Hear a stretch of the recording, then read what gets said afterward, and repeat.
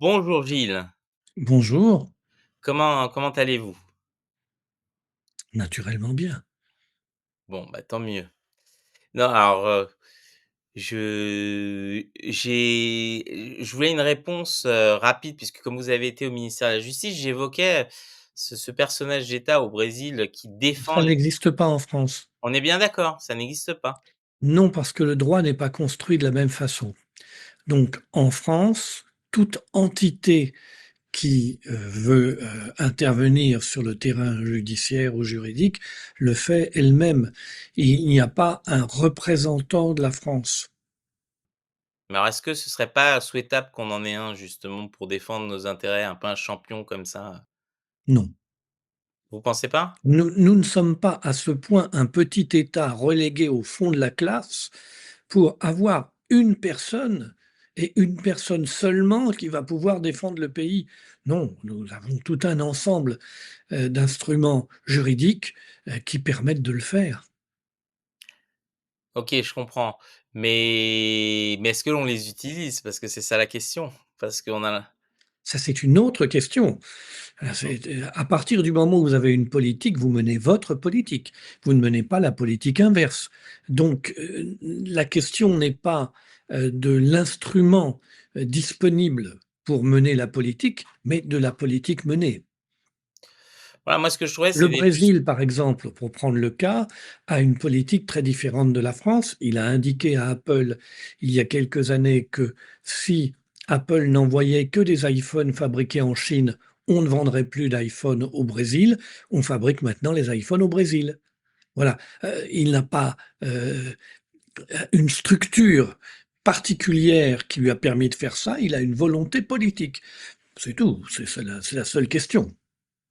oui, donc ce que notre problème, c'est, l'absence de volonté politique, si on peut dire ça comme ça. Non, non, non, non, non, il y a une volonté politique, elle est inverse, c'est très différent. Oui, elle ne Ah bah protège pas nos oui, intérêts. non, non, la volonté politique, elle est le choix d'insérer la France au maximum dans le dispositif américain et à travers un système géré avec Bruxelles et Berlin. Je comprends. Voilà. Alors Alors, justement j'ai écouté ce que vous disiez auparavant, donc je me permets mmh, d'intervenir dessus parce que je pense que c'est quand même très important, les 2 sujets que vous avez évoqués. D'abord, il ne faut pas vivre comme un prisonnier.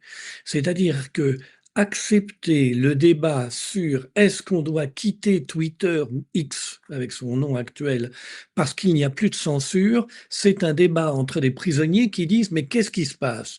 Il y a une grève de certains gardiens qui voudraient ouvrir la porte. Et alors quelle honte, ils voudraient nous ouvrir la porte. On va sortir. Oh, qu'est-ce qui va se passer? Non, non, non. Revenons à la réalité. La situation normale, ça n'est pas d'être emprisonné dans un dispositif qui vous oblige à lire des mensonges, qui vous interdit de dire des vérités pour imposer la vision de Davos. C'est ça qu'il y avait sur Twitter, qu'il n'y a plus sur X, c'est ça qu'il y a encore sur Facebook en France et dont Zuckerberg dit que ce ne sera plus le cas aux États-Unis, mais laisse entendre qu'en France, on pourra continuer à mentir. Bon, alors ça, c'est la question. mmh. C'est-à-dire, est-ce que les réseaux sociaux doivent être domestiqués par Monsieur Breton et ses amis de Davos, ou est-ce qu'il y a une forme de liberté? Alors bien sûr, qui dit liberté dit le fait qu'on peut enfreindre la liberté. Mais je vous signale que quand vous sortez de chez vous, vous n'avez pas 2 policiers autour de vous pour prévenir les atteintes à l'ordre public que vous allez faire. C'est de manière postérieure à l'éventuelle atteinte à l'ordre public que vous allez faire que la police va intervenir. Si vous avez 2 policiers autour de vous en permanence, vous n'êtes plus dans une société de liberté, vous êtes dans une liberté surveillée et c'est exactement ça. Écrivez, sur Facebook, par exemple, que vous n'êtes pas totalement convaincu de ce que dit le GIEC, le groupement intergouvernemental d'études du climat, qui est un gouvernement intergouvernemental, mais pas qui est un groupement intergouvernemental, mais pas un groupement spécialiste du climat. Vous savez que le français qui écrit ces documents et qui mène tout ça est un professeur de sciences politiques, spécialiste de l'immigration, pas du climat. Mais donc, si vous émettez le moindre doute votre publication ou bien est interdite, coupée, voilà. Et si le doute n'est pas trop gros, elle est encadrée par le fait qu'il faut absolument que le lecteur aille regarder ce que dit le GIEC, qui est la seule vérité, et que ce que vous dites est un mensonge. Bon, voilà. Alors ça, c'est l'état actuel. Ce que propose Musk et maintenant Zuckerberg, c'est un système de liberté, c'est-à-dire vous écrivez ce que vous avez à dire. Si c'est un mensonge, il y a des règles, il y a des lois, elles s'appliquent. C'est-à-dire un système dans lequel le principe, c'est la liberté et la répression intervient quand il y a violation des règles. Bon. Donc, quand les écologistes français, Madame Tondelier, disent maintenant il n'y aura plus de censure, il faut absolument s'enfuir, bon, ben, voilà, ça vous dit ce qu'elle veut. C'est-à-dire que sous le nom d'un parti de gauche, en réalité, nous avons aujourd'hui ce qu'il y a de plus autoritaire dans la route vers un totalitarisme cool, mais qui est en réalité un dispositif totalitaire qui n'a plus rien à voir avec ce qu'est la gauche historiquement en France, c'est-à-dire les droits de l'homme et du citoyen, c'est-à-dire une vision du monde qui ne part pas d'abord de la contrainte, mais qui part d'abord de la confiance dans l'humain et de la perspective de l'émancipation de la société et de l'émancipation des humains par eux-mêmes. Et donc là, on est vraiment en face de la démonstration par cette fausse gauche qu'elle est vraiment l'auxiliaire de Davos et en plus un auxiliaire imbécile parce que je pense que personne ne croit vraiment dans la population que si on a moins de censure, on va être très malheureux, vivre mal et être la proie des néo-nazis. Bon, alors ça, bon. Mmh. L'autre chose sur laquelle je voulais intervenir, c'est cette affaire autour de la question de Madame Brigitte Macron. Bon, il faut absolument comprendre de quoi il s'agit. Il s'agit d'une offensive très organisée, très structurée pour casser, briser tout ce qui est la contestation de la politique d'Emmanuel Macron, de Davos, de l'Union européenne et de Washington. C'est très simple. Euh, on a vu ça il y a déjà 40 ans avec Jean-Marie Le Pen. C'était très bien fait. Quand la gauche a fait son tournant néolibéral en abandonnant complètement les salariés, les travailleurs et les perspectives qu'elle avait pour adhérer à la politique de Thatcher et Reagan, on a eu immédiatement le système médiatique nous a projeté à toute force un nouvel homme politique inconnu et qui a été imposé par le service public et par François Mitterrand, disons la vérité, comme l'interlocuteur pour ces catégories populaires. Et il a commencé à dire toute une série de choses tout à fait fondées, des critiques tout à fait raisonnables contre la politique du gouvernement. Laurent Fabius ne disait-il pas Le Pen pose les bonnes questions mais donne les mauvaises réponses. Vous voyez, tout était bien orchestré. Et dans les réponses que donnait Jean-Marie Le Pen, qu'est-ce qu'il y avait? Du rafour crématoire, l'antisémitisme permanent, les chambres à gaz, ça c'est des histoires. C'est-à-dire que vous avez un dispositif qui est là pour stériliser la contestation, pour mettre la cuillère de miel dans la cuillère de goudron pardon, dans le baril de miel qui le rendra impropre à la consommation. Il est évident que quiconque prétend contester la société actuelle, contester le pouvoir actuel, contester la présidence et va ensuite mettre le doigt dans cette affaire particulièrement perverse de savoir si je ne sais quoi serait je ne sais qui, il est mort. Il est politiquement mort. C'est terminé. C'est donc un dispositif pour tuer la contestation. Ça n'est pas quelque chose. Est-ce que c'est vrai? Est-ce que c'est pas vrai? Qu'est-ce que ça changerait pour nous? Non, non. C'est pour tuer. C'est un dispositif tueur. D'ailleurs, le fait qu'il soit maintenant propulsé et avec toute l'énergie des États-Unis d'Amérique, vous montre bien qu'il s'agit d'un dispositif tueur. Vous voyez bien que ce qui est à l'œuvre là, c'est le dispositif Biden-Kamala Harris État profond américain. Et c'est un dispositif tueur de la même façon que vous avez toute une série de gens qui sont des, entre guillemets, influenceurs sur les réseaux sociaux, qui prétendent vous dire des vérités souvent exactes sur ce que font les grands groupes financiers et les turpitudes des grands groupes financiers, puis ça se conclut par le fait que tout ça, c'est entre les mains d'extraterrestres, de lémuriens ou de je ne sais qui. C'est-à-dire que, en fait, il s'agit de tuer la contestation, la tuer, pas autre chose. Donc, en parler, y accorder le moindre intérêt, discuter de savoir si c'est vrai, pas vrai, si ça changerait quelque chose ou pas, c'est participer au processus. Mmh. Il faut tout simplement dire qu'il y a toute une série de choses qui sont là pour tuer la contestation, pour tuer toute discussion, et que toutes ces choses, elles sont du même ordre. Extraterrestres, changement de sexe, euh, chemtrails, où les avions enverraient, vous savez, des psychotropes pour empêcher les gens de penser. Tout ça, ce ne sont pas des bêtises, ce sont des dispositifs qui sont faits pour tuer la contestation. Oui, merci Gilles de le rappeler. C'était un peu ça justement, je ne savais pas trop comment, aborder cet angle, mais vous l'avez évoqué, très bien. C'est un peu ça le propos. C'est-à-dire que, moi je disais ce que ça change parce que c'est une discussion que j'avais eu beaucoup avec des groupes politiques qui me disaient: «C'est ultra important comme sujet» et pour moi c'était on perdait le Vous savez, focus des vrais les groupes sujets. politiques qui vous disent que c'est important, ils sont morts, c'est plus la peine de Mmh. parler avec eux. Non, tout à fait, mais c'est ce que je leur disais, ça n'a aucun intérêt.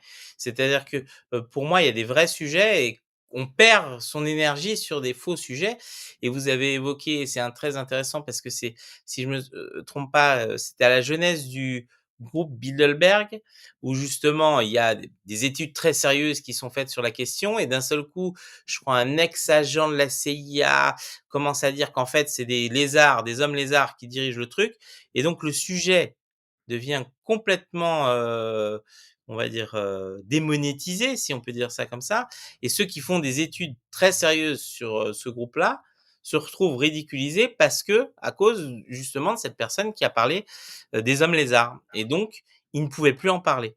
Alors qu'il y avait, un vrai sujet sur cette question-là et heu et c'est vrai que je suis entièrement d'accord avec vous. On crée des sujets, artificiellement qui ridiculisent ceux qui les touchent et donc au final, on ne parle pas des vrais problèmes et alors C'est pas ne pas parler des vrais problèmes, c'est tuer oui, la contestation je comprends. en tuant la crédibilité, en tuant définitivement Mmh. la crédibilité de ceux qui vont mettre le doigt dans ce piège. C'est un pur piège, ce n'est rien d'autre. Et il s'agit de tuer la crédibilité de ceux qui mettront le doigt dans le piège. Et ceux qui le feront euh, seront morts du point de vue de la crédibilité, c'est terminé. C'est terminé. La question de savoir si ce sont des hommes lézards qui dirigent BlackRock, c'est terminé. On ne vous écoute plus. Et on a raison. Et on a raison. Car le sens commun, si on le perd, il n'y a plus de sociabilité possible, il n'y a plus de vie en commun possible dans le cadre de la disparition du sens commun. Donc, de ce point de vue, c'est très fort, c'est très bien réfléchi. Ce sont des consultants comme McKinsey et d'autres qui construisent ces dispositifs, qui les inventent, qui les mettent en place. Ce sont des services comme la CIA qui l'organisent, le distribuent. En France, il y a des services comparables. Donc, il faut absolument pas un seul instant donner le sentiment que c'est quelque chose d'autre qu'une activité montée par des consultants et des services pour liquider la possibilité de contestation, c'est-à-dire liquider le débat public. Si chaque fois que quelqu'un dans le débat public dit quelque chose qui est un peu détonnant, on arrive à l'emmener à dire des folies, ça veut dire qu'on a fermé le débat public. C'est comparable à l'Union soviétique où quand vous disiez quelque chose qui ne plaisait pas, on vous mettait dans un asile psychiatrique. On n'avait pas besoin que vous expliquiez que c'était des hommes lézards, on allait directement à l'hôpital psychiatrique. Ici, on a une société différente de la Russie, un système différent de l'Union soviétique, et donc on a besoin de vous faire dire que ce sont des hommes lézards avant de vous mettre dans une sorte d'hôpital psychiatrique du point de vue médiatique, c'est-à-dire de vous interdire définitivement la parole. Et d'ailleurs, qui protestera parce que on vous a interdit la parole parce que vous aviez dit des stupidités, des énormités? Oui, non, tout à fait. Alors pour revenir sur vous avez évoqué X tout à l'heure, effectivement, on sait très bien que laisser ne pas débattre avec ses contradicteurs, ça ne marche pas. On le voit depuis, je crois plus de 40 ans, la gauche refuse du moins de débattre avec l'extrême droite en partant du principe que ça l'invisibiliserait et qu'elle montrait pas. On voit l'effet que ça a eu, ça ne marche pas. Au contraire, moi C'est pas du tout le refus de débattre. C'est juste que ce que l'extrême droite disait dans la constatation de la réalité était la vérité et que ce que la gauche racontait était un mensonge. Alors, si vous dites des mensonges mmh, en face de quelqu'un qui dit la vérité, au bout de 40 ans, la vérité finit par s'imposer. C'est ça la réalité. C'est pas du tout le refus de débat. Vous avez quelqu'un qui dit des bêtises et vous dites des vérités. Vous oui, dites, écoutez, je ne vais pas discuter avec cette personne qui me dit, justement, ce sont des hommes lézards. Il ne faut pas discuter. Ça n'a pas d'intérêt. La seule question, c'est que c'est la gauche qui disait ce sont des hommes lézards. C'est-à-dire la gauche disait, par exemple, l'immigration, c'est formidable, c'est une chance pour la France, ça aide notre pays, ça la fait avancer, alors que les catégories populaires voyaient bien que c'était toujours aux plus démunis qu'on demandait de partager, tandis que les plus fortunés bénéficiaient en permanence de cette manne qu'était le travail au noir par ces migrants qui avaient été tellement recrus d'épreuves sur la route qu'ils étaient prêts à accepter à faire n'importe quoi, de faire n'importe quoi à n'importe quel prix, et que donc ça permettait d'augmenter les profits, ce que Jean Jaurès, qui lui était de gauche, avait expliqué il y a plus de 100 ans. Donc, de ce point de vue, c'est parce que la gauche a cessé d'être la gauche qu'elle a raconté des inepties au monde du travail et que l'extrême droite, elle, décrivait la réalité et que l'extrême droite l'a emporté. Alors bien sûr, l'extrême droite elle mêlait tout cela à des choses absolument odieuses, au racisme, à l'antisémitisme, à tout ce qu'on veut, mais c'est exactement ce qui était souhaité par ceux qui l'ont mis en avant, c'est-à-dire que quiconque dit la vérité doit l'assortir de quelque chose de parfaitement immangeable pour que cette vérité soit mise sur le côté. Et donc des millions de gens de gauche ont sincèrement pensé qu'il fallait continuer à dire des choses qui n'avaient pas de rapport avec la réalité qu'ils voyaient, mais ils se disaient, bon, c'est comme ça chez moi, mais c'est pas comme ça ailleurs, puisque la gauche le dit. Et au bout d'un moment, ça éclate. Donc le Parti socialiste n'arrive plus à faire 2% à la présidentielle, et Marine Le Pen apparaît au 10e rang des personnalités les plus aimées des Français. C'est la première fois qu'un politique arrive aussi haut.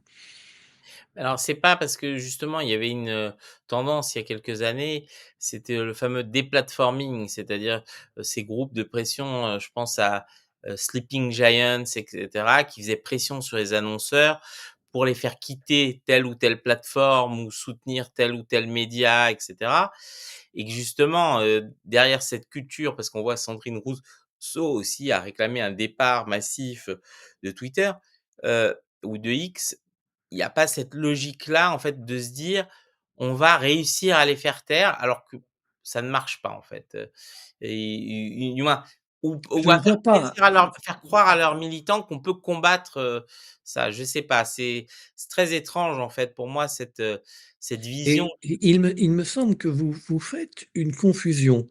Mmh, Vous confondez la vérité et l'extrême droite.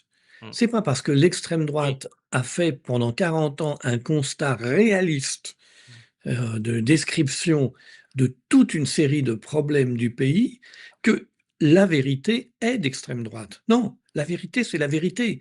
mmh, Le fait que l'extrême droite ait été la seule à la donner n'invalide pas la vérité. Ça invalide la gauche qui aurait dû dire la vérité. Et à partir de la même vérité, proposer autre chose que le racisme, la xénophobie et l'antisémitisme. Mais c'est pas la vérité qui produit le racisme, c'est pas la vérité qui produit la xénophobie, c'est pas la vérité qui produit l'antisémitisme, c'est la volonté d'instrumenter la vérité pour dire cela. Mmh. Mais ça n'est possible que si vous avez en face une gauche qui refuse la vérité et qui ment en permanence sur la description de la réalité. Euh, Quand vous avez, par exemple, euh, euh, le père de Martine Aubry qui s'appelle Jacques Delors. Jacques Delors, voilà, son nom m'échappait. Quand vous avez Jacques Delors qui dit, lors du traité de Maastricht, il faut que ceux qui sont contre le traité de Maastricht arrêtent de faire de la politique, parce que la seule politique possible, c'est le traité de Maastricht qui va nous apporter la fin du chômage, la liberté et la puissance dans le monde. Bon, vous voyez que ça a fait exploser le chômage, régresser la liberté, et aujourd'hui fait de l'Europe un nain au niveau international. Donc, vous voyez bien que le discours qui a été mené est un discours de description totalement inverse de la réalité. L'euro va nous apporter la prospérité et mettre fin au chômage. L'euro nous a apporté la fin de l'industrialisation et l'explosion du chômage ou de petits boulots qui n'ont pas d'avenir, non rémunérés, etc. Donc, vous voyez bien que c'est parce que la gauche a menti de bout en bout que ensuite les idées de l'extrême droite se sont développées. C'est pas la question de savoir si on parle avec eux ou si on parle pas. Évidemment, quand vous dites des mensonges et que votre adversaire en face dit des vérités, vous n'avez pas intérêt à accepter le débat parce que vous allez perdre. Alors justement, en parlant de mensonges, s'est ouvert, la semaine dernière le procès, du financement libyen, de Sarkozy. Et donc, on voit qu'il y a une guerre, informationnelle des avocats de Nicolas Sarkozy, de la partie adverse et cetera. C'est quoi votre vision, parce qu'eux accusent une cabale, impossible, qu'il n'y a jamais eu, aucune complaisance, vis-à-vis de monsieur Kadhafi et de la Libye. Mais bon, on sait très bien que l'intervention française, il y a beaucoup à dire là-dessus. Qu'est Comment vous voyez la chose justement, et est-ce que c'est pas un peu ça? C'est-à-dire que, une fuite en avant dans le mensonge pour éviter, d'être confronté à la réalité? Moi, je ne dispose pas d'éléments secrets que le grand public ne connaissait pas, ne connaîtrait pas. Si j'en disposais, je ne pourrais pas en parler. Alors, heu, quelque chose me frappe. C'est, comme toujours, garder le sens commun et le bon sens. Vous avez un Nicolas Sarkozy qui dispose du soutien de toutes les forces de l'argent.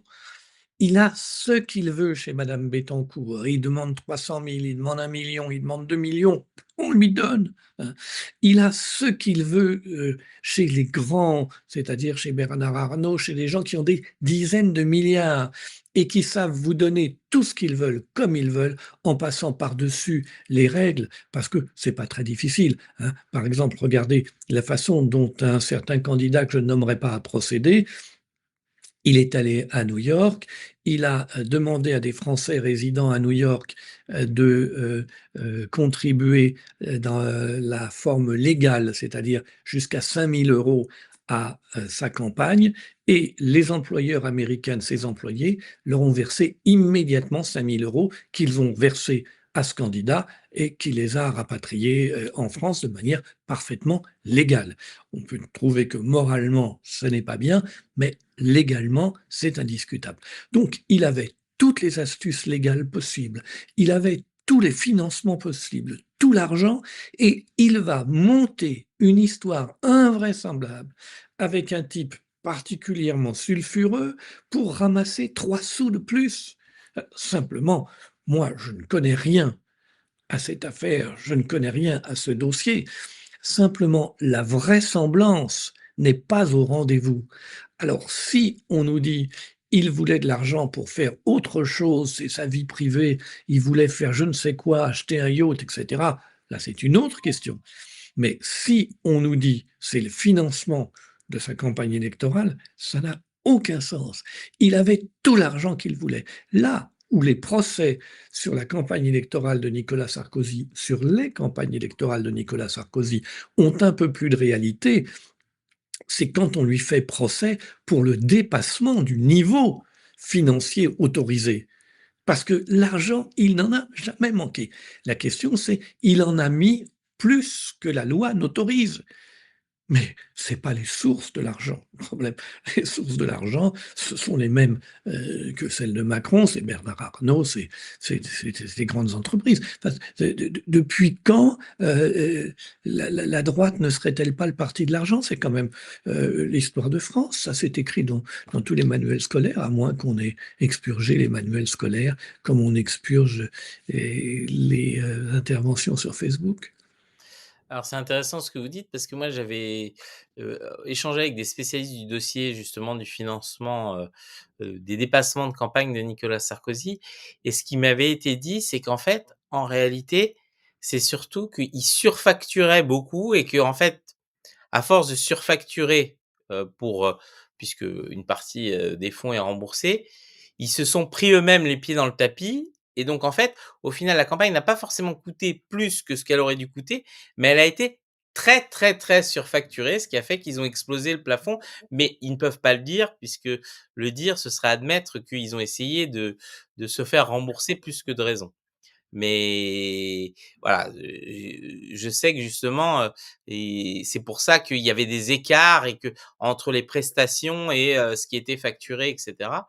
Maintenant sur la Libye, effectivement, moi non plus, j'ai pas d'avis particulier. Ce que je sais, c'est que la Nicolas Sarkozy a une responsabilité dans, le chaos libyen, si on peut dire ça comme ça. Le procès n'est pas à ce sujet. Tout à fait. Non, mais c'est bien ça le problème.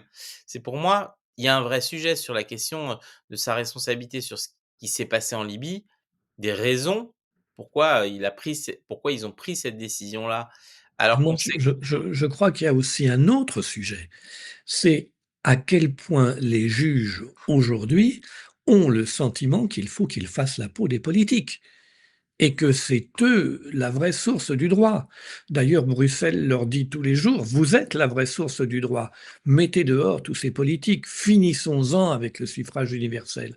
Et là, vous voyez les forces à l'œuvre qui sont centralisées à Davos, et contre lesquels justement Musk et Trump se battent. Et en ça, ils me sont sympathiques.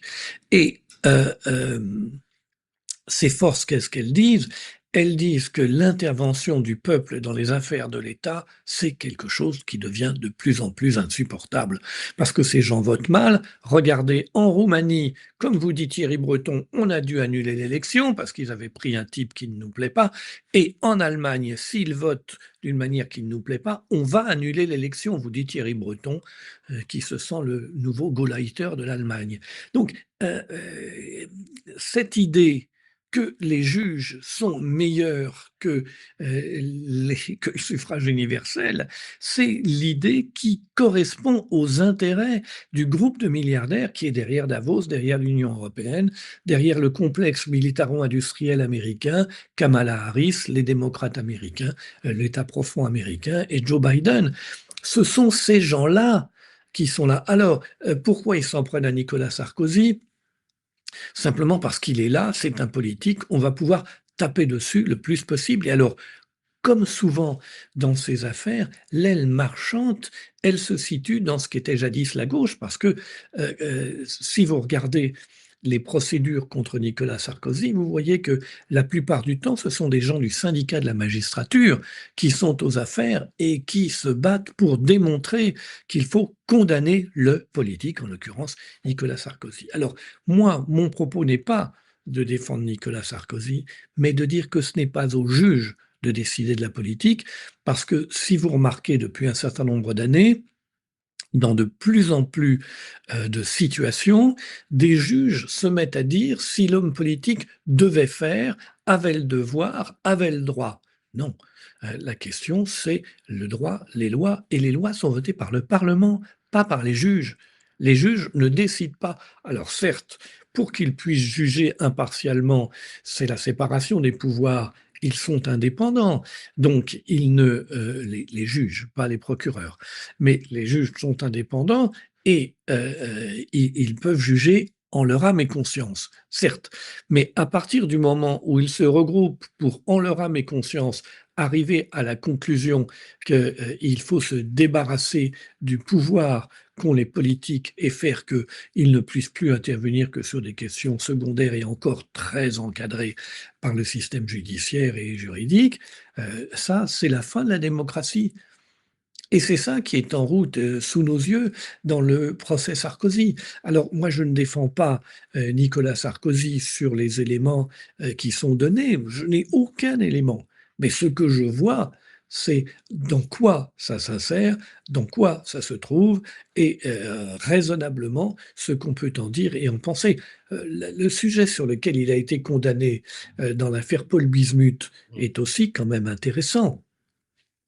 Il est condamné pour avoir pensé et dit à son avocat dans un appel téléphonique privé qu'il pourrait parler au prince de Monaco pour dire quelque chose en faveur de Gilbert Azibert, qui en retour pourrait peut-être dire quelque chose sur où en est la procédure, justement celle dont on discute en ce moment, contre lui. Oui, mais il n'y a pas de commencement de réalisation. Il n'a pas parlé au prince de Monaco. Le prince de Monaco n'a pas proposé de poste à Gilbert Azibert. Gilbert Azibert n'a pas accepté de poste à Monaco. Il y a eu une discussion entre un avocat et son client pour savoir s'il était raisonnable de faire cela. Et au total, ils ont conclu dans la vraie vie que ce n'était pas raisonnable. Alors, imaginez que vous discutez avec un de vos copains au téléphone et vous dites ma femme, j'en ai assez, je vais la gifler. Hop, immédiatement, violence, violence sur votre épouse. Voilà. Et on vous met devant un tribunal, violence sur votre épouse. Non, non, il n'y a pas de délit constitué. Oui, c'est Minority Report, c'est-à-dire on juge Exactement. avant, on juge l'intention et pas, comme on dit, la concrétisation. Si, quelqu'un dans la rue dit, «Oui, j'en ai marre, je vais foutre le feu, à mon entreprise», mais qu'il le fait pas, on reste dans juste une parole qui est non suivie d'exécution. Alors, c'est vrai que d'ailleurs, c'est souvent la problématique dans les procès, de terrorisme où, certains effectivement tiennent des propos, heu, qui laissent supposer un passage à l'acte, mais sur lequel il y en a pas forcément et Mais vous donc savez, on a des dispositifs pour ça qui s'appellent pas les juges, mais les services de renseignement. mmh, Si vous avez quelqu'un qui, au téléphone, commence à raconter qu'il va préparer un attentat, et cetera, vous n'allez pas le mettre devant un tribunal. Parce qu'il peut dire ça simplement pour voir s'il est écouté. Et en revanche, vous allez le surveiller. Et si vous vous rendez compte qu'il prépare rien du tout, qu'il dit simplement ça pour attirer l'attention, voilà. Mais ça, c'est les services de renseignement. L'État, il dispose de services de renseignement avec des milliers de fonctionnaires qui sont très compétents et qui savent faire ça et qui savent suivre les gens. Vous savez, par exemple, on parle des fichiers S mmh. et on dit il faudrait renvoyer les fichiers S dans leur pays ou les emprisonner. C'est une stupidité sans nom. Qu'est-ce que c'est qu'une fiche S? Une fiche S, vous savez, la plus grande partie des fiches S, ce sont les parents qui les font faire sur leurs enfants. Parce que plus souvent des garçons que des filles, s'enferment dans leur chambre avec l'ordinateur et ne laissent pas les parents entrer. Et alors les parents se disent, ils se radicalisent, ou ils regardent peut-être des films pornographiques plutôt que se radicaliser à 16 ans. Bon. Mais la réalité est que bien sûr, bah, les services de renseignement vont aller, regarder ce qu'ils regardent sur l'ordinateur et voir que, bien souvent, il anticipe sur les 32 vierges que, Allah devrait lui donner s'il s'était fait sauter et dans une place publique en tuant le plus grand nombre de koufars possible et qu'en fait, il a pas du tout, il se radicalise pas du tout, c'est tout autre chose. Mais, hem, c'est un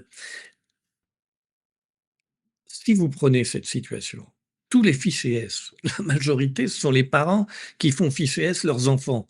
Mais, simplement pourquoi? Parce qu'une fiche, dans un service de renseignement, c'est fait pour recueillir de l'information. Donc vous allez recueillir de l'information. L'information, elle va vous dire: «Cette personne est dangereuse» et il passe de la catégorie fiché S à la catégorie surveillé ou cette personne n'est pas dangereuse et la fiche S, elle est, rangée dans un placard ou dans un tiroir ou dans une poubelle. Heu, Ça n'est pas parce qu'on s'inquiète de savoir si une personne est ou non dangereuse, qu'il faut la mettre en prison, qu'il faut l'extrader, qu'il faut faire je ne sais quoi ou lui retirer sa nationalité française. Une fiche de service de renseignement, c'est pour collecter du renseignement. Par exemple, si je souhaite que vous ayez une fiche S demain, je vais faire une lettre anonyme ou un coup de fil anonyme en disant que vous êtes radicalisé, que en réalité, que vous avez des airs de contestataire de gauche, mais que la réalité est bien différente. Vous êtes frère musulman, vous avez une barbe qui le montre, etc., etc. Dès demain, ou après-demain, il y a une fiche S qui va aller regarder si c'est vrai ou pas. On va voir que ça n'a pas de consistance, on va la jeter. Mais vous aurez eu une fiche S. N'importe qui peut faire une fiche S sur n'importe qui.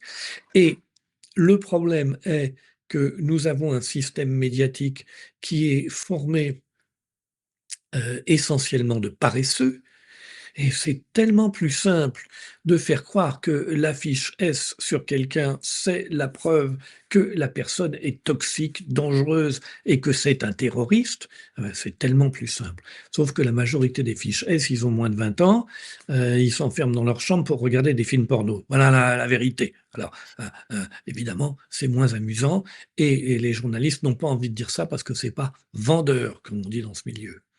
Non, tout à fait, c'est important de noter ça puisque souvent dès qu'il y a un attentat, on rebassine le fait: «Ah oui, mais il était fiché S». Sauf que Ah comme bah vous l'avez oui, dit, c'est juste bah un point oui. de vigilance. Oui, bien sûr que les tueurs islamistes sont fichés S, encore heureux. Oui, oui, Le mais ce serait problème, même c'est que surprenant. tous les fichés S ne sont pas des tueurs islamistes, il y en a plus de 10 000.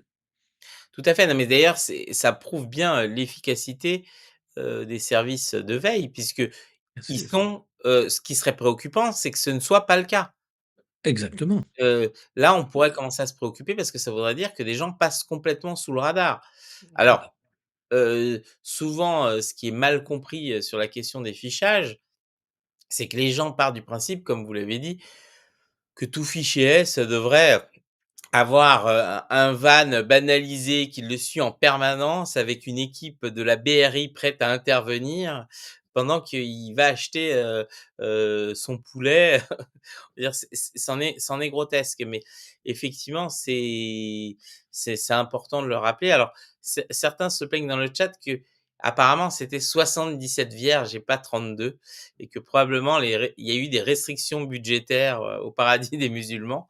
Peut-être Mais le nombre de mosquées. je pense que pour ces jeunes gens de 14 à 16 ans qui se radicalisent, le nombre est beaucoup plus élevé parce que l'internet produit, ce genre d'images sans, limite ou à peu près. Tout à fait. Alors justement, on parlait, de ces fiches S et de de la question de l'information et cetera. On est, à l'heure actuelle dans une espèce de et je vais dire entre guillemets, «d'escalade» avec, l'Algérie, dans une logique où nous on expulse, donc des gens qui sont là depuis un certain temps. L'Algérie se plaint qu'on ne respecte pas les droits, et les conventions, les droits consulaires, du moins de protection consulaire, par exemple, dans le cas de l'influenceur qui a été, expulsé. Donc la personne est revenue. Notre gouvernement accuse l'Algérie de provoquer, la France. On voit que l'Algérie, effectivement, utilise souvent le chantage mémoriel, mais aussi s'affirme de plus en plus et les rapports sont de plus en plus tendus avec la France. Mais la France est, l'endroit où il y a le plus de ressortissants algériens en dehors de l'Algérie. Donc il y a un lien très particulier et pour vous, qu'est-ce qui se passe réellement? Quelle est votre vision un peu de tout ce micmac? Parce qu'on a l'impression, on voit 2 pays, qui s'affrontent par, influenceurs interposés. Que les Algériens fassent de l'influence Vous ne ici, pouvez pas appeler Bruno Retailleau un influenceur, il est quand même ministre de l'Intérieur. oui, non, je pensais celui qu'ils ont expulsé, mais Non, effectivement, ça c'est le il y a d'un côté des influenceurs, de l'autre côté des autorités. Il n'y a pas des influenceurs de part et d'autre. Hem, il faut avoir en tête 2 choses.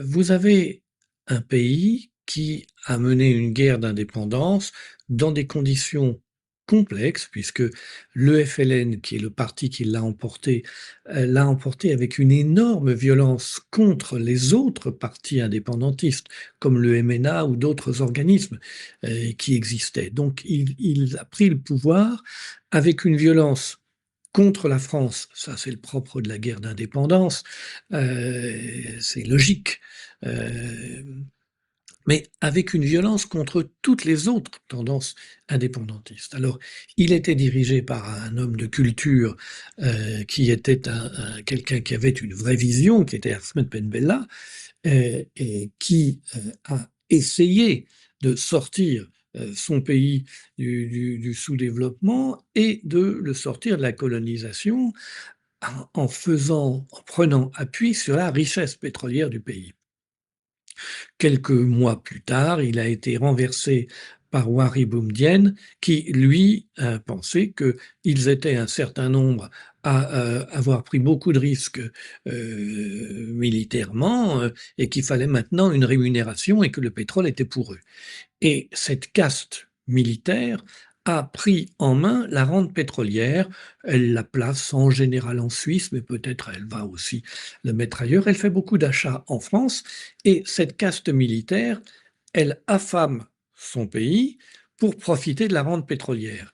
Et depuis 1963, elle raconte que tout ça, c'est parce que la France, à qui il faut faire payer des larmes de sang, la France a ruiné l'Algérie. Mais c'est faux. C'est faux. C'est un discours pseudo-mémoriel qui ne renvoie pas à la véritable mémoire. Certes, il y a eu des horreurs pendant la guerre d'Algérie. Il y a eu des horreurs des deux côtés. Des deux côtés. Et pas seulement contre le FLN par les Français, mais aussi contre le MNA, c'est-à-dire des Algériens par le FLN.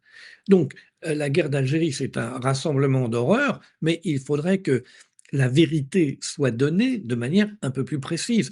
Et certains dirigeants du FLN, d'ailleurs, ont fait l'effort de faire connaître cette vérité dans les années précédentes, comme Mohamed Arbi, par exemple.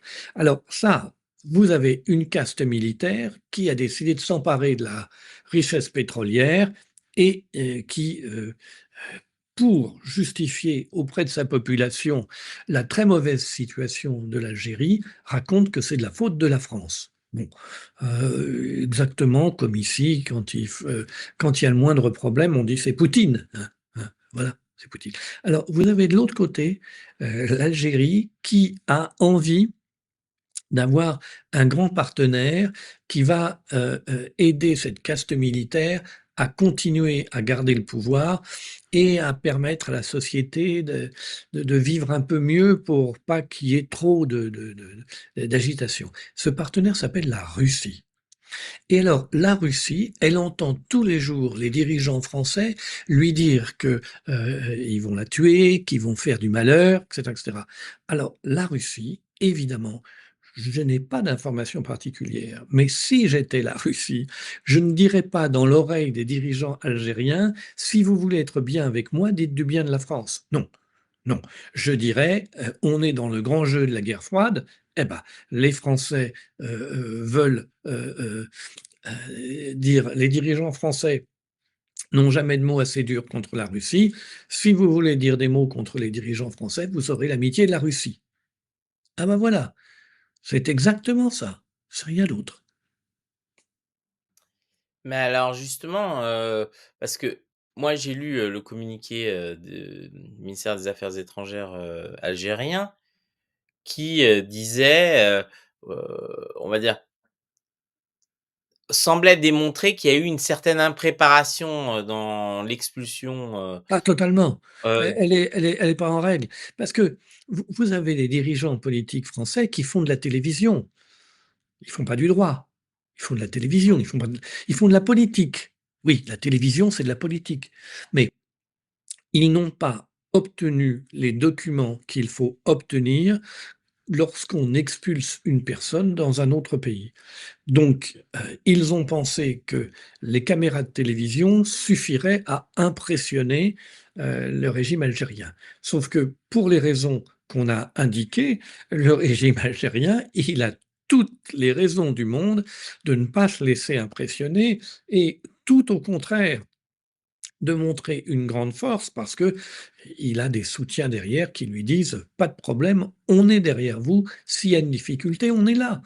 Et ces soutiens, ils ne les ont que parce que nous nous sommes mal conduits, non pas pendant la guerre d'Algérie, mais dans les derniers mois, dans l'affaire ukrainienne. Voilà la réalité. C'est l'affaire ukrainienne qu'on paye. Mais là donc, nous avons un ministre de l'Intérieur qui, pour accroître sa popularité, renvoie le type dans un avion, sans avoir le document consulaire convenable. Il est obligé de le ramener parce que le droit international, c'est le droit international. Mélanie, qu'est-ce qu'elle fait, elle? Elle a 2 Tunisiens, elle, qui disent des horreurs sur l'Italie. Elle les met dans un charter, elle les envoie en Tunisie. Oui, mais elle a d'abord pris soin d'avoir les bons documents et donc la Tunisie est contrainte de les accepter. Ce qui n'est pas le cas de l'affaire de l'Algérien qui n'a pas les bons documents et donc l'Algérie le refuse et la France non seulement est obligée de l'accueillir en retour, mais elle ne peut pas l'emprisonner parce qu'il n'y a pas eu de jugement. oui, donc on s'est ridiculisé nous-mêmes, par notre propre impréparation, en fait. Par le fait qu'on confond la télévision et le droit. Oui, puisque par exemple, une des choses et pour moi ça fait partie des bases du droit international, c'est le droit à la protection consulaire. C'est-à-dire tout citoyen, de on va dire de quelque pays qu'il soit quand il est à l'étranger, a le droit de faire appel à la protection consulaire. Or apparemment, ça a été le cas de cette, influenceur Oui, mais algérien et ça lui a là, été refusé. oui, mais là, c'est surtout le fait que les autorités françaises n'ont pas auparavant fait établir par les autorités algériennes le document de réintégration de cette personne en Algérie. Alors, on peut penser que les autorités algériennes auraient refusé de le faire. Oui, bien sûr. Elles auraient refusé de le faire. Donc, il faut faire de la politique. Mais quand on s'est lié les mains avec l'Union européenne, lorsqu'on s'est lié les mains avec l'OTAN et lorsqu'on va tous les jours hurler des bêtises sur la situation en Ukraine, on doit s'attendre à ce que l'adversaire en face utilise toutes les occasions qu'il a pour jeter contre vous tous les projectiles qu'il peut jeter. Heu, les Américains et les Soviétiques s'affrontaient au Vietnam, ils s'affrontaient à Cuba, ils s'affrontaient en Amérique latine, ils s'affrontaient en Angola, ils s'affrontaient en Guinée, ils s'affrontaient au Cap-Vert. Aujourd'hui, qui s'affronte en Iran? Qui s'affronte, sur les terres rares en Asie? Qui s'affronte en Ukraine et cetera? C'est-à-dire, vous voyez qu'on est revenu à un dispositif de guerre froide, sauf que vous avez, d'un côté toujours les États-Unis d'Amérique et leurs satellites dans l'OTAN, mais de l'autre côté, au lieu d'avoir l'Union soviétique, vous avez un dispositif que la politique stupide des Américains a construit autour de la Russie et la Chine, qui s'appelle les BRICS, et qui est maintenant avec un PIB supérieur au G7, alors que l'Union soviétique avait un PIB ridicule par rapport à celui des États-Unis. Donc, vous voyez que la politique idiote des néoconservateurs américains contre laquelle Trump a été élu parce que une partie des Américains se rendent compte qu'ils sont en train de tout perdre avec cette politique stupide de coaliser la Chine et la Russie, parce que là, ils ne peuvent plus vaincre les deux s'ils sont ensemble. Euh, donc, cette politique stupide conduit à des situations de ce type. Alors nous sommes une colonie, un satellite, et nous prenons sur la tête quand nous essayons de lever la tête. C'est un peu logique. Mais la France, elle a quand même quelques moyens sur l'Algérie, parce que il y a toutes sortes de dispositifs de commerce entre la France et l'Algérie. Il y a toutes sortes de dispositifs d'aide entre la France et l'Algérie. Donc, si on veut par exemple, influencer les dirigeants algériens qui viennent en France massivement, régulièrement faire leurs courses et se soigner, parce que le centre hospitalier universitaire d'Alger était un des hôpitaux, était l'hôpital le plus brillant hôpital de toute l'Afrique. Ce n'est plus le cas aujourd'hui, bien sûr, mais la France n'est plus là. Et donc ils viennent en France parce qu'ils n'ont pas maintenu le système de santé à un niveau convenable, alors que la rente pétrolière le permettait. Donc il y a cette possibilité de dire aux dirigeants algériens, vous ne reprenez pas vos nationaux, nous ne vous donnons plus de visa pour venir à la semaine de la mode, à la Fashion Week à Paris. Parce qu'ils aiment beaucoup venir à des choses comme ça. Ben, non, voilà. Vous ne reprenez pas vos nationaux, plus de Fashion Week à Paris. Alors, ce sera difficile d'aller à la Fashion Week à Moscou. Il y a 1000 ans. Je ne suis pas sûr que Milan s'ouvrira avec intensité à ce moment-là. Effectivement, non, je Alors, pense si les Français, du moins, ont une certaine capacité diplomatique, ils s'entendront auparavant avec Mélanie pour que Milan n'ouvre pas la porte. mais alors justement, vous évoquiez, les inepties, que la France dit, à longueur de temps, sur l'Ukraine, par exemple.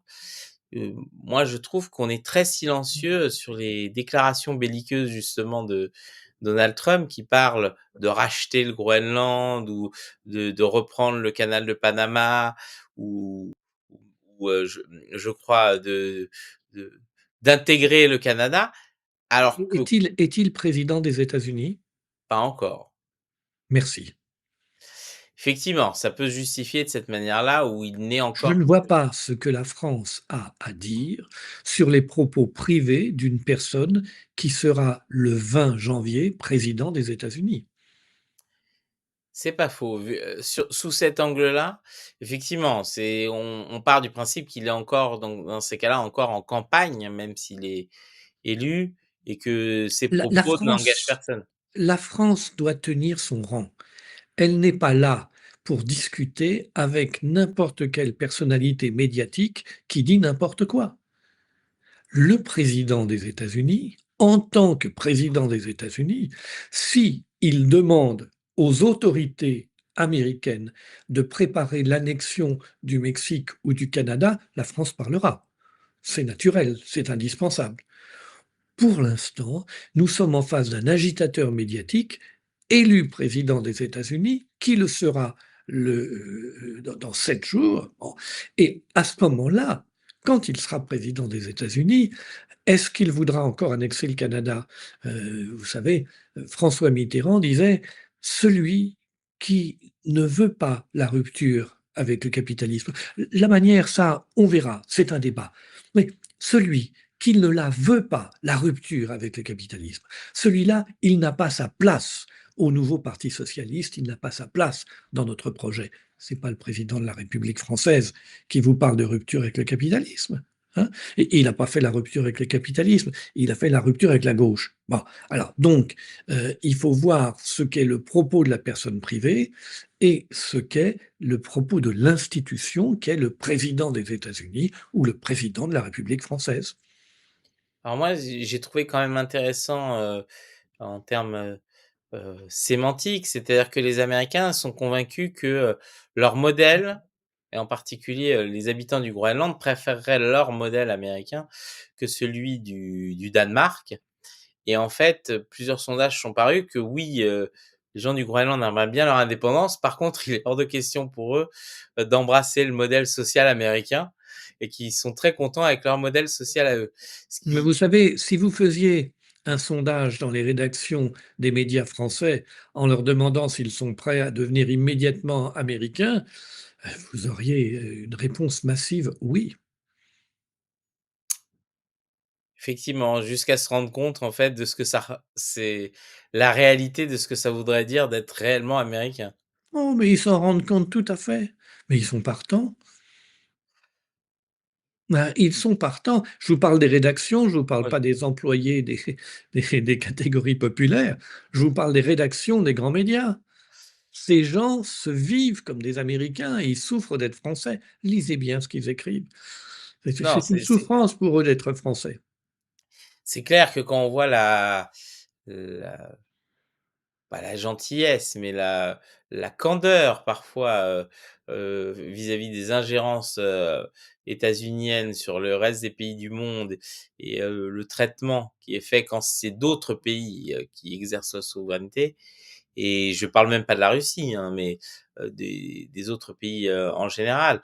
On voit effectivement, qu'il y a ils se sentent, comme vous l'avez dit, très américains parce que, n Regardez le débat sur le budget. Le débat sur le budget, toute la presse était absolument convaincue que si le budget n'était pas voté à la date prévue, nous serions dans le shutdown et qu'on ne pourrait plus payer les salaires, qu'on ne pourrait plus rien faire. C'est complètement faux.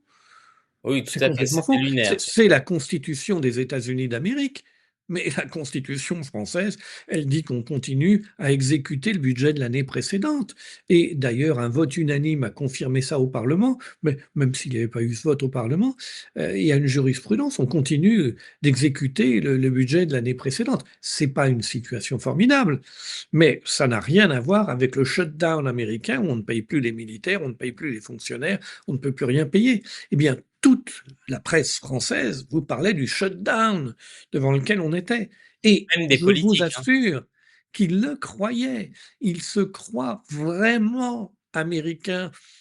Ils en ont tellement envie et alors de temps en temps, ils sont obligés de se rendre compte qu'ils ne sont que français, c'est-à-dire qu'ils vivent à la colonie et non à la tête de l'empire. Oui, non, mais d'ailleurs, on l'a vu dans le traitement, de la catastrophe de Mayotte versus ce qui se passe à Los Angeles. C'est-à-dire que, on est plus intéressé pour savoir quelle maison de star américaine a brûlé que, de savoir comment on va reconstruire les écoles, à Mayotte. Voilà, vous avez un personnel médiatique qui est en décalage absolu avec le pays. C'est le cas aussi aux États-Unis, où le personnel médiatique était intégralement, non pas anti-américain, très pro-américain, lui, mais entièrement Kamala Harris.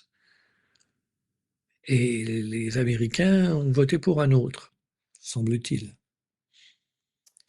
Et Et maintenant, ces gens-là se rendent compte. Vous avez vu Zuckerberg qui dit qu'il va arrêter la censure, mais auparavant, Zuckerberg a fait une censure absolument totale, contre Trump et sa campagne. Et comme il a vu qu'au total, ça a joué de l'autre côté, voilà, il se trouve devant la situation, bien connue des marchands de canons qui se sont opposés à l'arrivée d'un homme plutôt pacifiste au pouvoir, mais qui ensuite se rendent compte qu'on ne vend pas des canons à l'opposition. alors moi, personnellement, je me méfie beaucoup, des GAFAM. Alors j'avais visité il y a quelques années, Google en Californie et je me suis rendu compte que la bienveillance, les avancées progressistes et cetera, cachaient toujours une logique capitalistique, pure. Par exemple, une des choses qui m'avait marqué, Google offrait à l'époque les repas gratuits et je me suis rendu compte que la raison pour laquelle ils le faisaient, c'est qu'ils s'étaient rendus compte que statistiquement, le fait que les employés n'aient pas à payer le repas, ça faisait gagner, sur les temps d'attente, mais surtout le fait que le repas soit donné dans l'entreprise faisait que les employés ne sortaient plus et donc restaient plus longtemps au bureau et donc ils avaient fait un calcul de rentabilité, donc c'était plus intéressant pour eux d'offrir les repas pour que les employés restent. Un autre exemple, c'était celui des bus affrétés par Google tout le monde disait: «Ah mais c'est vachement écolo». La réalité, c'est qu'ils avaient mis le wifi dans le bus et donc dès qu'un employé rentrait dans le bus, donc de chez lui, il commençait à travailler. Jusqu'au soir où il était ramené devant la porte de chez lui. Donc tout ça, cette bienveillance, c'était en fait, un vernis avec une logique capitalistique de juste exploiter les gens le plus possible et donc je suppose que les politiques de diversité et cetera mises en place par les GAFAM étaient aussi poursuivaient cet objectif-là et dès lors que l'équation économique n'est plus là, bah, ils abandonnent, on va dire, automatiquement à cette logique-là. Vous savez, un philosophe allemand du 19e siècle a décrit cela très, très bien. Le capitalisme vit, fonctionne dans les eaux glacées du calcul égoïste. Eh bien, cette description de Karl Marx, elle est toujours aussi réelle. Ce sont les eaux glacées du calcul égoïste qui conduisent les entreprises à faire ça. Vous savez, c'est exactement comme pour le téléphone mobile à l'époque où c'était très cher, l'invention de l'illimité soir et week-end. C'était pas du tout pour que les gens soient heureux, c'était parce que ça rapportait de l'argent. Et aujourd'hui, par exemple, vous avez vu que les opérateurs de téléphone mobile, qui jadis vous faisaient payer 1,15 €, 1,20 € la minute dans les premiers temps du téléphone mobile, aujourd'hui, euh, dès 5 ou 10 euros par mois, vous donne un illimité téléphonique. Vous pouvez appeler 24 heures par jour, si vous voulez. Parce que à partir du moment où c'est illimité, vous téléphonez moins. Tant que c'était cher, vous aviez le sentiment, là encore, on a des psychologues, des sociologues, des psychosociologues qui sont très compétents et très bien payés pour suivre ces questions. À partir du moment où ça n'a plus de valeur et où vous pouvez appeler tant que vous voulez, jour et nuit, vous n'allez plus utiliser les 2 heures ou les 3 heures de votre forfait. Quand vous aviez un forfait que vous payiez 3 heures, vous n'aviez utilisé qu'une heure et demie, vous aviez le sentiment d'avoir perdu votre argent. Donc vous alliez utiliser les 3 heures. Une fois qu'on va vous le transformer en illimité, vous allez faire 1h15. Pourquoi faire plus qu'1h15? Vous allez simplement parler le temps que vous avez besoin de parler au téléphone. Alors, on avait 15 centimes, puis 5 centimes par message transmis, SMS. Puis on a donné en bloc 100 SMS, puis 500 SMS, puis 1000, puis 5000 dans l'abonnement. Aujourd'hui, c'est illimité dans toute l'Europe. Temps de parole, SMS illimité dans toute l'Europe. Bon. Eh bien, au total, qu'est-ce qui se passe?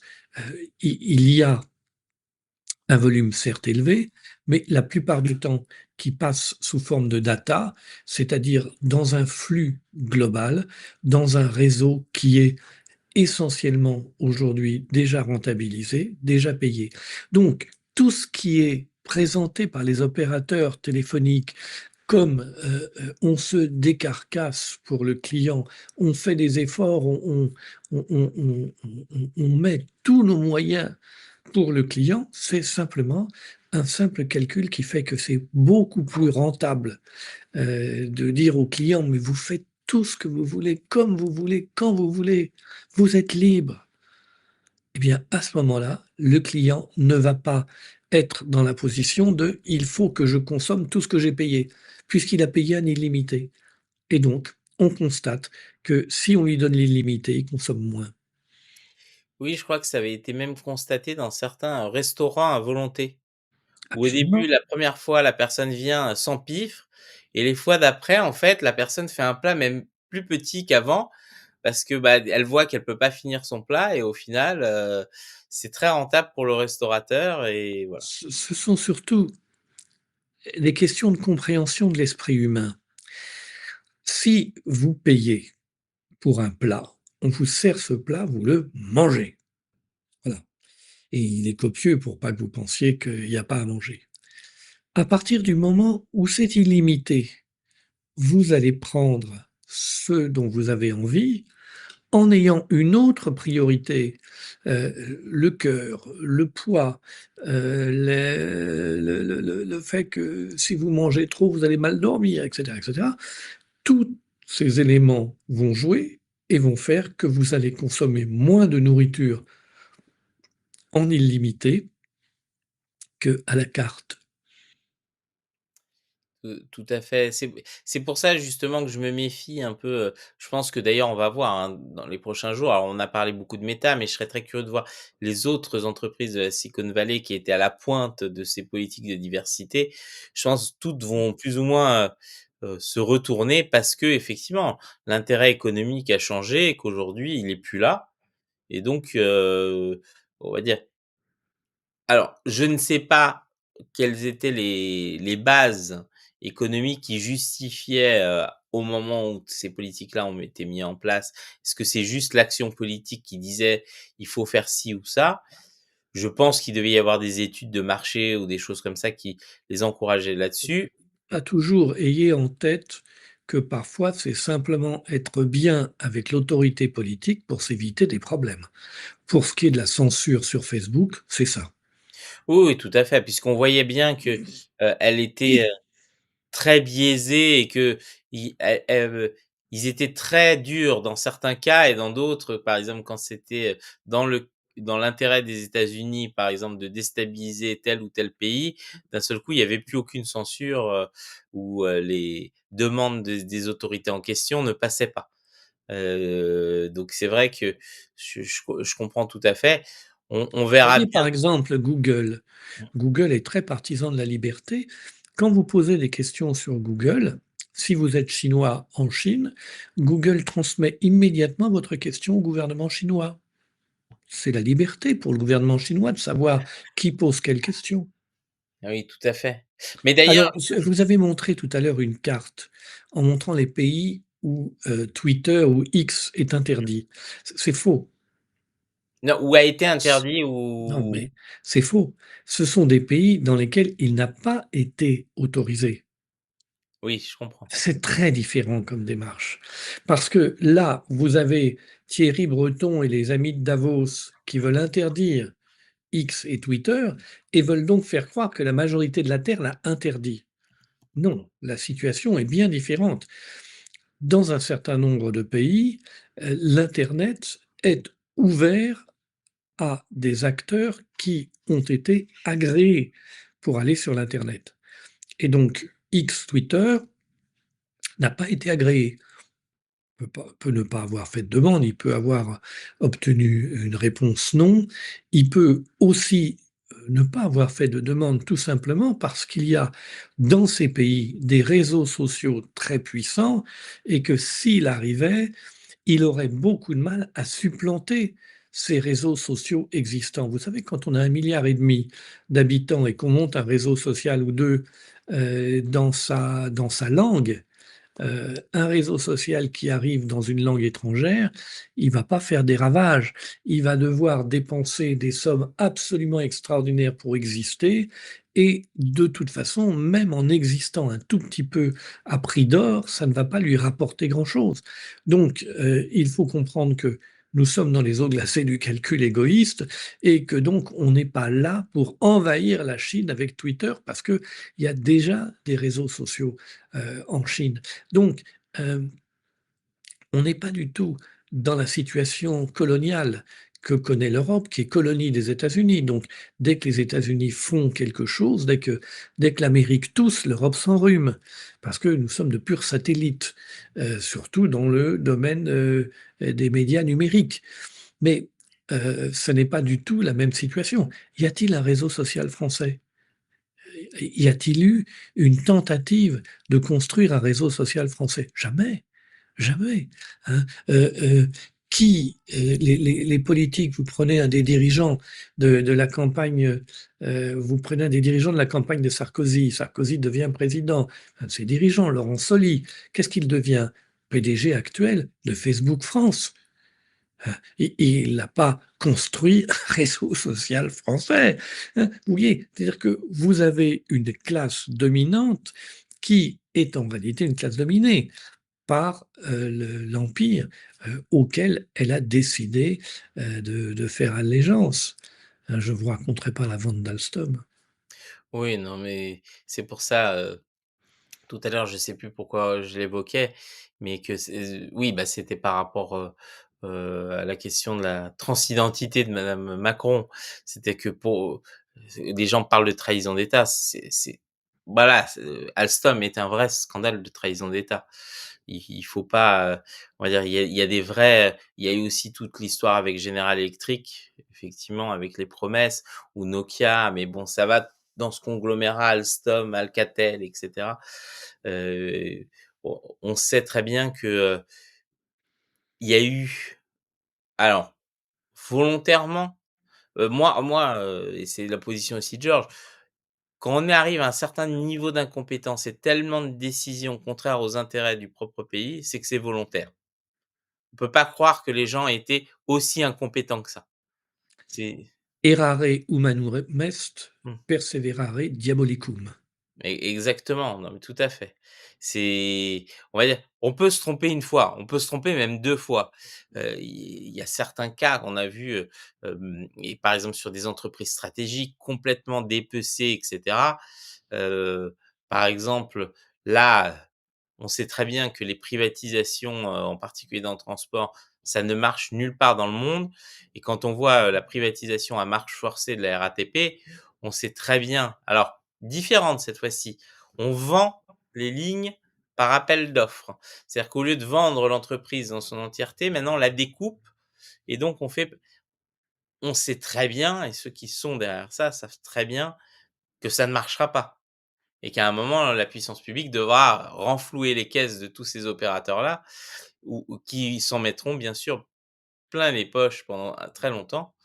Mais voilà, on va dire, c'est courant, et on vit dans un état où, il y a plus du tout de vision là-dessus. C'est-à-dire qu'on a l'impression, même le politique de base à l'Assemblée nationale, je suis toujours surpris que personne n'est choqué des opérations absurdes, de l'État. Moi, j'ai Alors, je vous inciterai à réfléchir à la question de savoir qu'est-ce que vous savez de ce que pensent et disent les députés?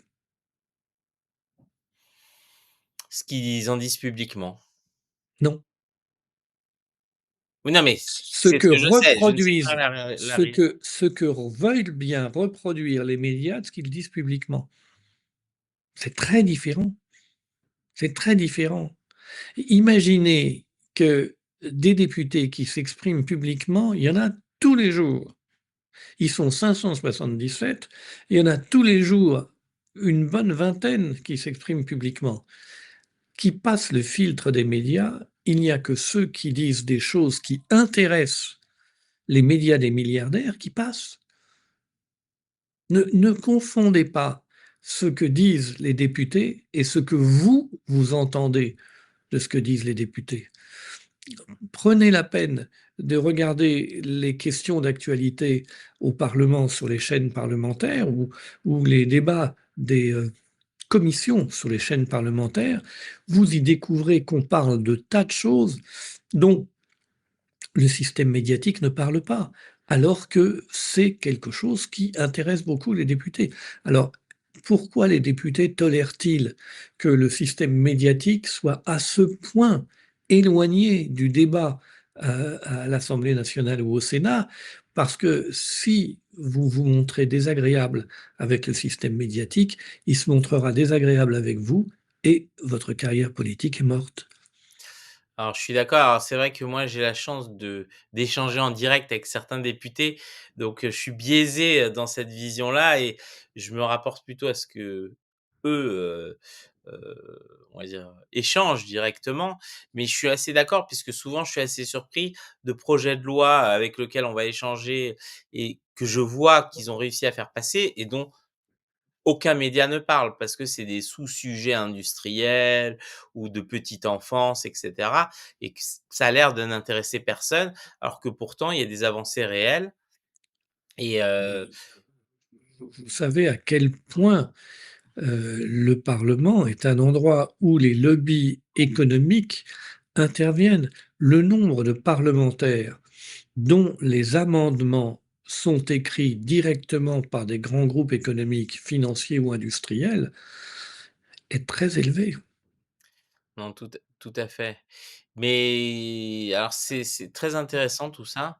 Je vais pas vous retenir beaucoup plus longtemps, Gilles. La semaine prochaine, Georges sera de retour parmi nous et justement, il théoriquement lundi prochain est l'investiture de Donald Trump, donc ça va être, on va voir, s'il change ou pas, un peu, sa rhétorique et on pourra, justement commencer à juger sur pièce, même si je pense que ce sera un peu tôt puisque, l'investiture est dans la journée, heu et le temps de mettre en place tout, on verra bien.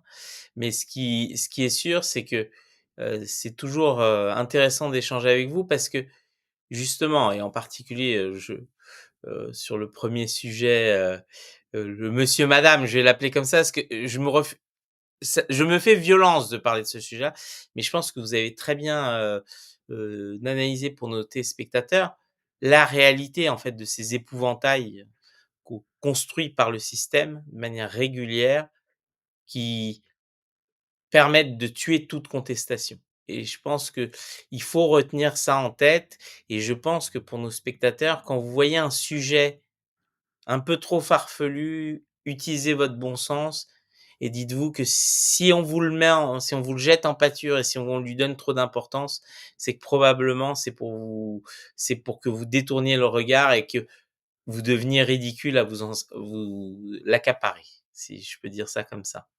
Peut-être vous avez un mot de conclusion, Gilles, je ne sais pas. Non, comme je vous l'ai dit, il s'agit de rendre inaudibles les personnes qui vont exercer une véritable contestation du système. Vous voyez le Parlement français, il est remarquable de voir que sur la question de l'Ukraine, sur la question de l'Union européenne, sur les questions structurantes dans lesquelles nous nous trouvons aujourd'hui, il n'y a aucune opposition. Il y a certes 3 entités qui se disputent les postes, mais laquelle a un point de vue différent sur l'Ukraine? Laquelle a un point de vue différent sur l'Union européenne? Laquelle a un point de vue différent sur toutes les questions structurelles? Vous n'en avez pas. Vous n'avez pas d'opposition. Et si ces gens sont aussi violents les uns avec les autres, c'est parce qu'il n'y a pas de contenu à leur discussion. Vous savez, quand vous avez du contenu, vous avez une vraie divergence politique fondamentale avec quelqu'un. Vous pouvez parler, argumenter, vous n'avez pas besoin d'élever la voix. Si vous êtes d'accord sur tout et que la question c'est moi qui aurai le fauteuil et pas toi, le ton va monter très vite. Eh ben, merci sur ces bonnes paroles, Gilles. C'est toujours un plaisir d'échanger avec vous. Je sais que vous êtes très apprécié, de nos, téléspectateurs qui se moquent en fait, ils disent que le tableau derrière moi me fait des oreilles de chihuahua. Donc, c'est pour ça que je souriais. Donc, c'est un tableau de mon père qui était, artiste peintre. Donc les tableaux que parfois on voit derrière moi, sont, des des Celui héritages familiaux. celui-ci est de Van Gogh. Voilà. Donc, merci beaucoup et je vous souhaite une très bonne journée et on verra, Merci à vous. comment, est-ce que la France, va être capable cette fois-ci de respecter, les normes d'expulsion pour expulser les indésirables ou pas? On verra bien. Heu, bon, on vous souhaite à tous une très bonne journée et à bientôt.